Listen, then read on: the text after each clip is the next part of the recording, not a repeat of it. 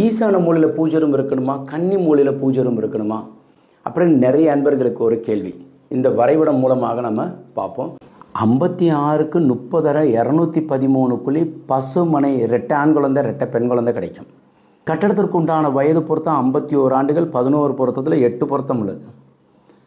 இது பாருங்கள், உச்சஸ்தானத்தில் தலைவாசல் கொடுத்துருக்குறோம். இங்கே தான் மெயின் டோர் இருக்குது.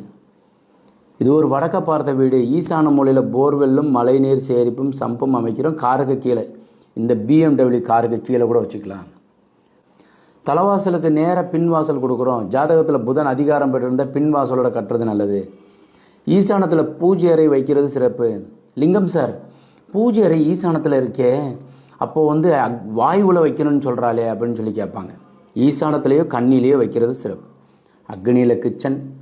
ஸோ அதுக்கப்புறம் இந்த கிச்சன் வெளியிலேருந்து பயன்படுத்துறதுக்கு உண்டான அமைப்பு.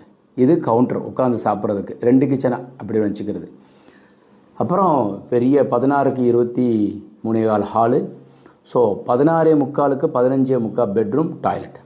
ஸோ வெளியேருந்து ஒரு டாய்லெட்.